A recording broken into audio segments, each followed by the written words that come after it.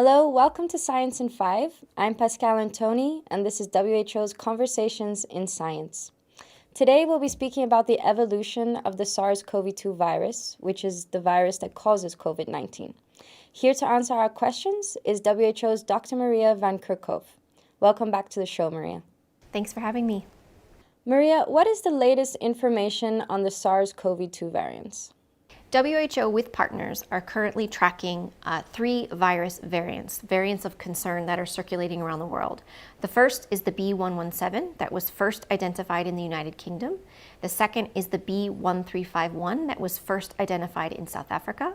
And the third is the P.1, which was it's circulating in Brazil, but it was identified among travelers arriving in Japan. We are tracking changes in the virus and what this means in terms of transmission, severity, and impact or potential impact on diagnostics, therapeutics, and vaccines. So far, the information that we have is that there is increased transmissibility in the B.1.1.7 and the B.1.351 virus variants. And this is resulting from a mutation that allows this virus variant to bind to the cell, the human cell, more easily. We do not see an increase yet in transmission with the P1, but that is currently under investigation.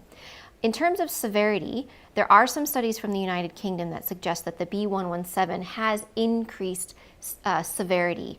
There are studies that are underway that are evaluating the effect of vaccines against these virus variants. And from the information that we have so far, the vaccines still work against these virus variants. Maria, how is WHO tracking virus mutations globally, and how do we know which ones are important? So WHO is tracking different mutations and variants around the world through genomic sequencing.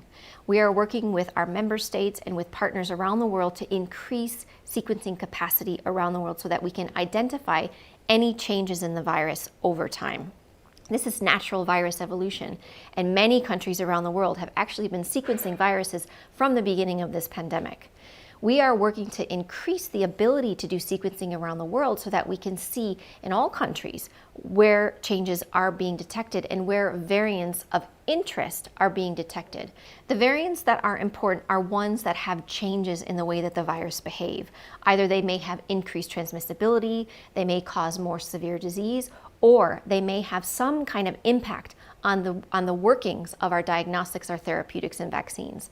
If any of the variants have any of those changes, those are variants of concern, and we need to make sure that we study those appropriately and that any changes that are needed in our public health and social measures or in the way that we develop our diagnostics or the vaccine composition are informed by our understanding of what those changes are.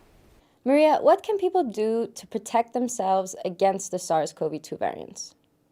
There's so much that you can do to protect yourself against the SARS-CoV-2 virus, including the variants that have been reported. It's all about the individual level measures: physical distancing, hand hygiene, wearing a mask, respiratory etiquette, opening a window, avoiding crowded spaces, staying home if you're unwell, making sure you get tested if needed, following the local advice where you live.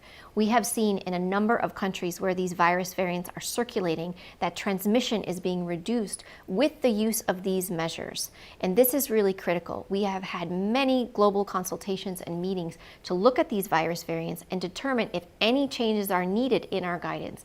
And so far, with all of the information that we have, the public health and social measures, the infection prevention and control measures in healthcare facilities and outside of healthcare facilities work against these virus variants. Take all of the steps that you can to keep yourself and your loved ones safe against SARS-CoV-2.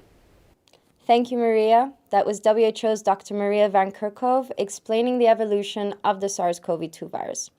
Please share this information with your networks, and we'll update you as more comes in. Until next time then, stay safe, stay healthy, and stick with science.